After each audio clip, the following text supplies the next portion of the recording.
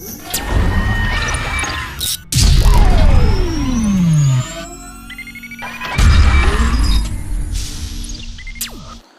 First question है, during the window period of patient with AIDS based diagnostic test is. आपको पूछा जा रहा है विंडो पीरियड के दरमियान जो पेशेंट्स एड्स से ग्रसित हैं तो उनके लिए बेस्ट डायग्नोस्टिक टेस्ट कौन सा होगा। तो इसका राइट आंसर हो जाएगा RT-PCR, यानी option D is the right answer. अब RT-PCR के बारे में हम बात कर लेते हैं, तो ये किस टाइप से ये वर्क करता है। तो जो RT-PCR यानी पॉलीमरेज चेन रिएक्शन जो है, ये क्या करता है, जो HIV के जेनेटिक मटेरियल हैं उनको ये डिटेक्ट करता है, यानी RNA को ये डिटेक्ट करता है, ठीक है। और ये एक स्क्रीनिंग टेस्ट कर सकते हैं। ये क्या होता है, ये इन्फेक्शन के डेवलप होने से, जो इन्फेक्शन यदि डेवलप होता है हमारे बॉडी में तो उसके अगेंस्ट में एंटीबॉडी भी हमारे बॉडी में तैयार होता है। तो एंटीबॉडी के तैयार होने से पहले हम इस टेस्ट के हेल्प से उसके बारे में पता लगा सकते हैं, HIV के बारे में पता लगा सकते हैं, ठीक है। तो ये जो टेस्ट होगा ये परफॉर्म करने के लिए आप ये भी कर सकते हैं कि यदि आपको HIV के एक्सपोज़र के बारे में यदि पता है तो आफ्टर अ वीक या डेज़, जस्ट अ डेज़, हम इसको डिटेक्ट कर सकते हैं इस टेस्ट की हेल्प से, ठीक है।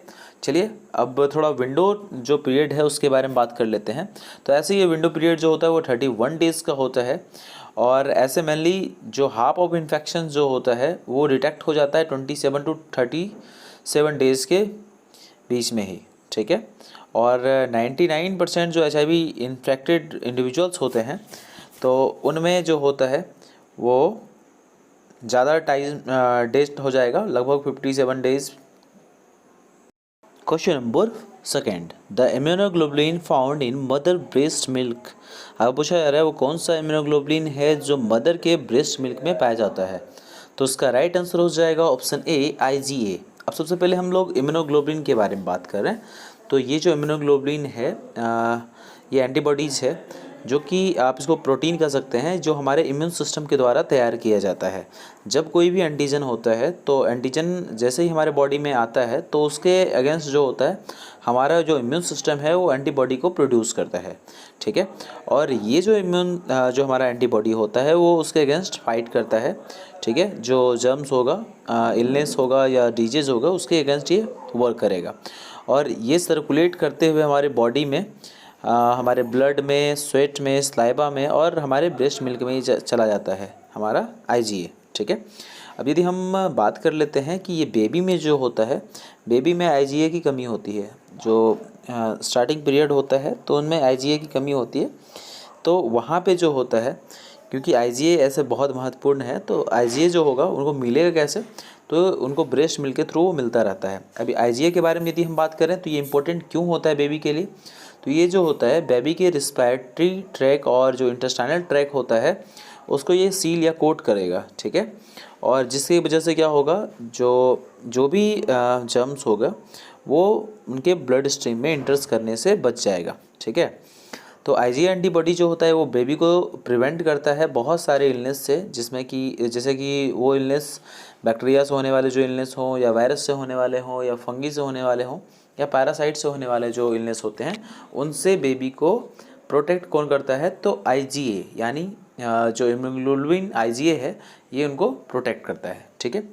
तो ये मिलता है कहाँ से उनको, तो मदर के ब्रेस्ट मिल्क से, ठीक है। चलिए अब नेक्स्ट क्वेश्चन देख लेते हैं। Question number 3, most common malignancy in AIDS is. आपको पूछा जा रहा है मोस्ट कॉमन मेलिग्नेंसी एड्स में कौन सा है। तो इसका राइट आंसर हो जाएगा ऑप्शन ए कापोसी सार्कोमा। कापोसी सार्कोमा जो है इसको हम लोग शॉर्ट में KS भी कहते हैं, और ये मोस्ट कॉमन ट्यूमर है जो कि एसोसिएटेड होता है HIV इन्फेक्शन के साथ, ठीक है। लेकिन अभी करेंटली जो डेवलप होता है वो कुछ 10% जो होगा होमोसेक्सुअल मैन में भी होगा जो एड्स से प्रभावित होंगे, और 1 to 2% ऐसे भी होंगे जो HIV एड्स से इन्फेक्टेड नहीं होंगे, ठीक है। तो वैसे लोगों में भी ये देखने के लिए मिल सकता है, ठीक है। चलिए अब नेक्स्ट क्वेश्चन देख लेते हैं, लेकिन उससे पहले हम थोड़ा इसके एक और ऑप्शन है बर्किट्स लिम्फोमा के बारे में बात कर लें। तो बर्किट्स लिम्फोमा जो है, अब ये एक ऐसा लिम्फोमा है, एक ऐसा ट्यूमर है जो कि क्या होता है कि इसमें एक इसको हम फास्ट ग्रोइंग ह्यूमन ट्यूमर भी कर सकते हैं। इसमें जो बी सेल्स हैं, बीटा सेल्स जो हैं, वो सबसे ज़्यादा डैमेज होते हैं, ये भी आपको याद रखने हैं, ठीक है। और ये इम्पेयर्ड इम्यूनिटी में ये आपके एसोसिएटेड होंगे, ठीक है। और ये यदि इनको ट्रीट नहीं किया जाए तो ये फेटल हो सकते हैं, ठीक है। चलिए नेक्स्ट क्वेश्चन देखते हैं अब। Question number 4, the recommended fixative for embryonic tissue is. आपको पूछा जा रहा है वो कौन सा रिकमेंडेड फिक्सेटिव है जिसको एम्ब्रायोनिक टिश्यू के लिए इस्तेमाल करते हैं। तो उसका राइट आंसर हो जाएगा ऑप्शन बी, वोएन्स फ्लूइड। जो वोएन्स फ्लूइड होता है, वोएन्स फ्लूइड के बारे में यदि हम बात करें तो आपको याद रखना है कि जो सॉफ्ट टिश्यू होते हैं उनको फिक्स करने के लिए हम लोग जैसे एम्ब्रायोनिक टिश्यू हो गए, उनको फिक्स करने के लिए हम लोग वोएन्स फ्लूइड का इस्तेमाल करेंगे। और भी जैसे कि आप लिम्फ नोड ले लें, प्रोस्टेट ले लें, किडनीज हैं, किडनी बायोप्सीज, तो इन सबको हम लोग फिक्स करने के लिए हम वोएन्स फ्लूइड का इस्तेमाल करते हैं, ठीक है। चलिए अब नेक्स्ट क्वेश्चन देख लेते हैं।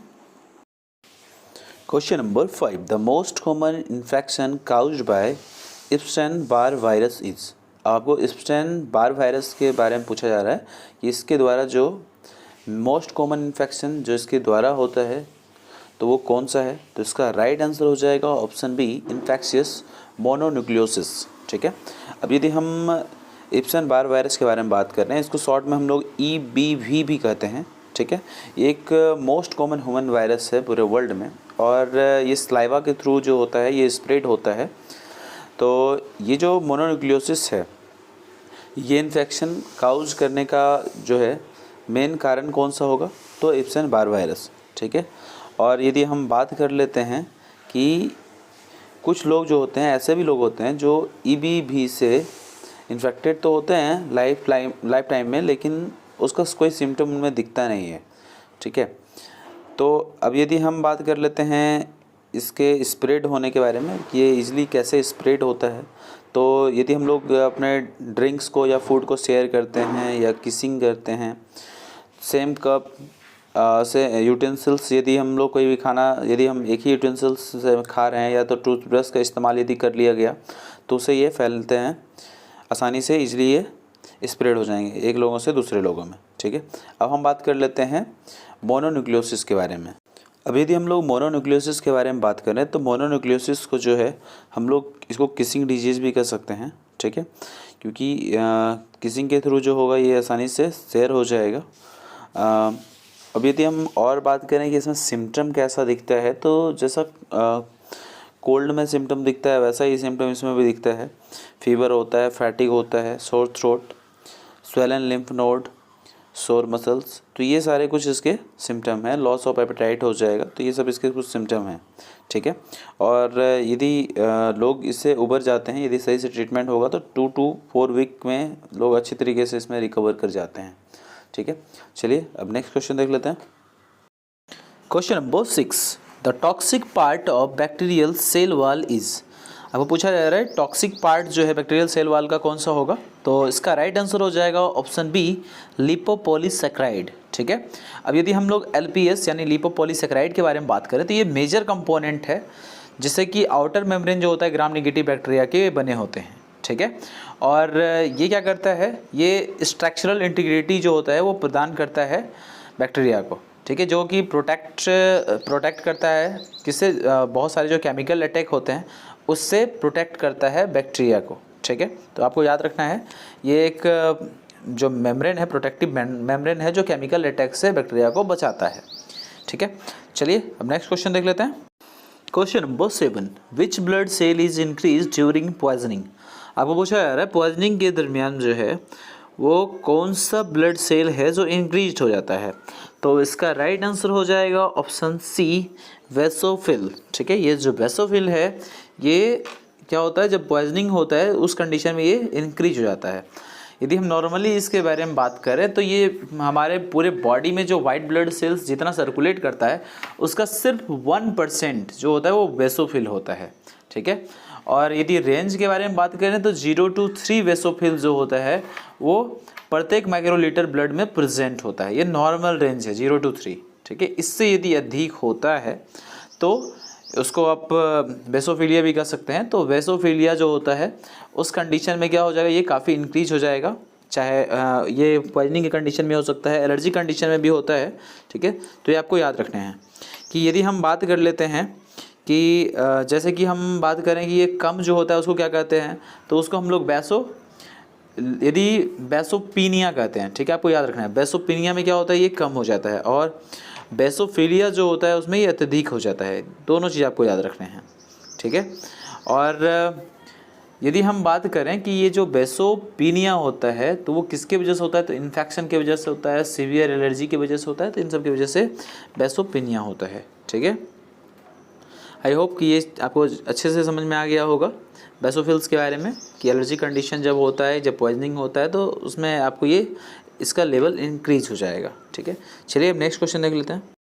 Question number 8, which anticoagulant is used in ESR by Westergren's method.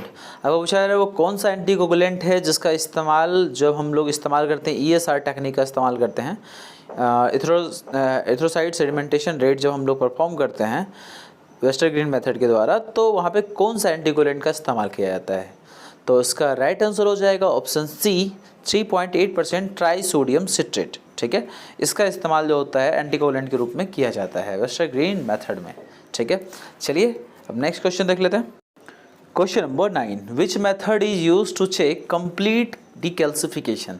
आपको पूछा जा रहा है डीकैल्सिफिकेशन यदि पूरे अच्छे तरीके से परफॉर्म हो चुका है, कंप्लीट हो चुका है, तो उसको पता करने के लिए हम लोग कौन से मेथड का इस्तेमाल करेंगे कि कंप्लीट डीकैल्सिफिकेशन हुआ है। तो उसका राइट आंसर हो जाएगा option C, both A and B, यानी एक्सरे मेथड और केमिकल मेथड। इन दोनों मेथड का इस्तेमाल करके हम लोग जो कोई टिश्यू है तो उसका यदि डीकैल्सिफिकेशन होना है, तो यदि कंप्लीट डीकैल्सिफिकेशन हो जाएगा, तो इन दोनों मेथड से हम पता कर सकते हैं, ठीक है। चलिए अब नेक्स्ट क्वेश्चन देखते हैं। Question number 10, which media is commonly used for fungal culture. आपको पूछा जा रहा है वो कौन सा मीडिया है जिसका इस्तेमाल हम लोग फंगल कल्चर के लिए करते हैं। तो इसका राइट आंसर हो जाएगा ऑप्शन ए, SDA मीडिया, यानी सेब्रोज डेक्स्ट्रोज अगार। जो सेब्रोज डेक्स्ट्रोज अगार है उसका इस्तेमाल हम लोग करते हैं फंगल कल्चर के लिए। अब चलिए थोड़ा इसके बारे में थोड़ा विशेष जानकारी प्राप्त कर लें। अब यदि SDA के बारे में बात करें तो सेब्रोज डेक्स्ट्रोज अगार जो होता है उसका हम लोग pH को एडजस्ट करते हैं 5.6, ठीक है, ताकि जो फंगस का ग्रोथ है उसको ये प्रमोट कर सके, और साथ में जो बैक्टीरिया हैं उनके ग्रोथ को ये क्या करे, या तो स्लाइटली इनहिबिट करेगा, या पूरी तरह से नहीं तो स्लाइटली इनहिबिट ज़रूर करेगा ये, ठीक है। इस कारण से हम लोग SDA मीडिया का इस्तेमाल करते हैं, ठीक है। चलिए अब नेक्स्ट क्वेश्चन देख लेते हैं। Question number 11, which strain is used for capsule. आपको पूछा जा रहा है कैप्सूल के लिए हम लोग कौन सा स्ट्रेन का इस्तेमाल करते हैं। तो इसका राइट आंसर हो जाएगा ऑप्शन बी, नेगेटिव स्ट्रेन। अब यदि हम बात कर लेते हैं नेगेटिव स्ट्रेन के बारे में, तो नेगेटिव स्ट्रेन में क्या होता है कि हम लोग एसिडिक स्ट्रेन का इस्तेमाल करते हैं, एसिडिक डाई का इस्तेमाल करते हैं, जैसे कि निग्रोसिन का इस्तेमाल करते हैं या इंडिया इंक का इस्तेमाल करते हैं। और यदि हम बात करें नॉर्मल डाई के बारे में, तो नॉर्मल डाई जो होता है वो बेसिक डाइज होता है, तो बेसिक डाइज को कैप्सूल जो होता है वो एब्जॉर्ब नहीं करता है, ठीक है। इस कारण से नेगेटिव स्ट्रेन टेक्निक का हम लोग इस्तेमाल करते हैं, ठीक है। और ये जो डाइज होते हैं वो क्या करते हैं, जो बैकग्राउंड होते हैं उसको सिर्फ स्ट्रेन करता है, ये कैप्सूल को पेनिट्रेट नहीं करता, ठीक है। उस कारण से जो बैकग्राउंड होता है वो डार्क दिखाई देता है। चलिए अब नेक्स्ट क्वेश्चन देख लेते हैं। क्वेश्चन नंबर 12, ये हमारा आज का आखिरी क्वेश्चन है। अब देख लेते हैं 12 नंबर क्वेश्चन में हाइड्रेटेड सिस्ट के बारे में बात पूछा जाता है। तो हाइड्रेटेड सिस्ट जो है ये एसोसिएटेड होगा किसके साथ, तो आपका इसका राइट आंसर हो जाएगा ऑप्शन बी, इक्नोकोकस ग्रेनुलोसिस। जो इक्नोकोकस ग्रेनुलोसिस है, अब ये क्या है, तो ये जो है एक आप ये कह सकते हैं एक टैपवार्म, ठीक है, जो जीनस जिसका होगा इक्नियोकोकस, ठीक है। तो इसके वजह से जो होता है ये एक इन्फेस्टेशन क्रिएट करता है, एक डिजीज क्रिएट करता है, उसको हम लोग हाइड्रेटेड डिजीज भी कहते हैं, ठीक है। तो ये एक पैरासाइटिक इन्फेस्टेशन है, ठीक है, जो टैपवार्म के द्वारा होता है, और ये जीनस इसका क्या है, इक्नियोकोकस ग्रेनुलोसस, ठीक है। तो ये आपको याद रखने हैं। चलिए अब नेक्स्ट वीडियो में फिर से मिलेंगे और भी अच्छे अच्छे क्वेश्चन के साथ। तब तक के लिए बाय बाय, टेक केयर।